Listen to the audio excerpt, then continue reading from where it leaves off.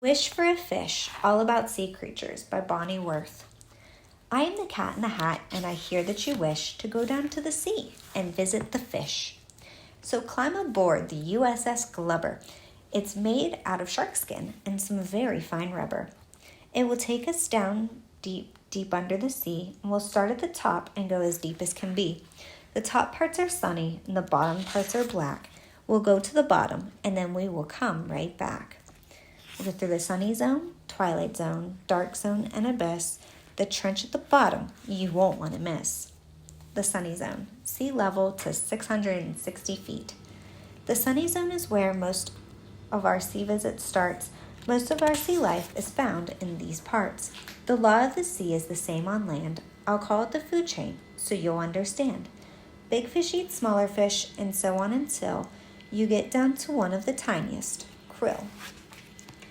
If you're wishing for fish, there are lots of them here. I see herring and mackerel swimming quite near. Fish can lay eggs, they have fins and fish tails, and most of the fish bodies are covered with scales. These scales are coated with a slippery slime, and the slime keeps out germs, at least most of the time. Fish open their mouths and they let the water in. That's the gills' job really starts to kick in. Gills sift through the water and pull out the air. They help the fish find all the air that is there. The jellyfish is the most interesting fella. He kind of looks like a transparent umbrella. Stay away from his tentacles, those long stringy things. They stun their prey by giving off hundreds of stings. Of the hundreds kinds of sharks in the sea, we only have time now to visit with 3. The 6-inch long dogfish, no, it never barks, and the 50-foot whale shark, the Mack truck of sharks. And what do we have here? It's called a great white for its belly, great teeth, and its great big deep bite. The shark grows its teeth in neat rows in its face, and when the front row wears out, the next row takes its place.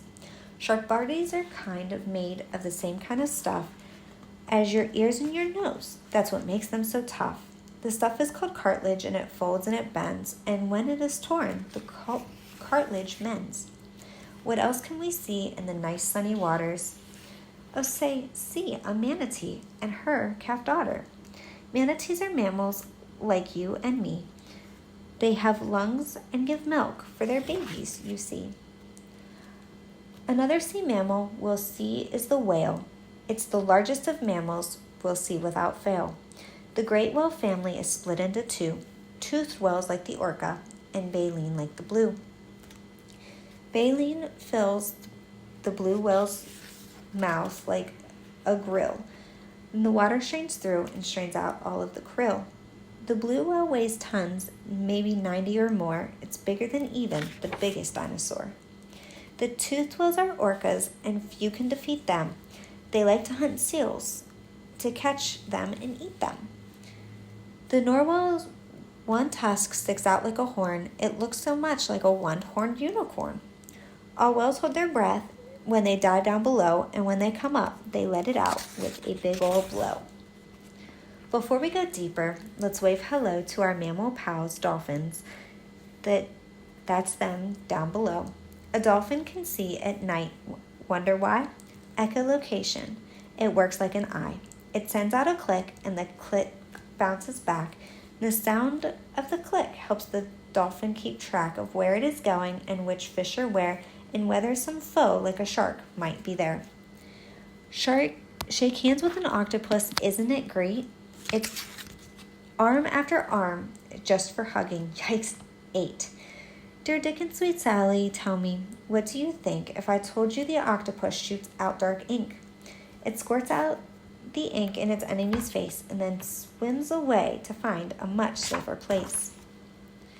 The Twilight Zone, 660 to 3,300 feet. Of all of the fights that are fought in the sea, there is one that is the biggest if you're asking me.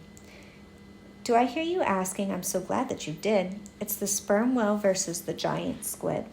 Like all whales, the sperm whale must come up for air, but this one can dive and stay down there for 2 hours or more at 3,000 feet. shopping for a giant squid just to eat. The dark zone, 3,300 feet to 13,200 feet. Get your flashlights, it's dark down here, and the fish are beginning to look quite queer. The Garganta and the giant mouthed eel, the wit knows which comes with its own fishing reel. Down here it's always black as night, so many fish here have to make their own light. They use it to locate a mate or some prey. Food hunting is hard, like this day after day. The abyss is 13,200 to 19,800 feet. You won't find many creatures in this deep, cold sea. Sea cucumber and sea spider and tripod are 3. The abyss has a carpet like thick, yucky muck. Animals have legs so they may not get stuck. The trench, 19,800 feet and deeper. Before we go up, this is really a must, is to visit the vents, which are cracks in the Earth's crust. It is up through these vents where the hot waters sprout and warm up these clams and the worms hereabout. Giant clams and tube worms have enough things to eat because this deep spot has an unusual heat. Say, can you see my undersea clock? It's time for the fair Glover to get back to the dock. And now that our trip below the sea is done, I will bet you too would wish for some sun. The end.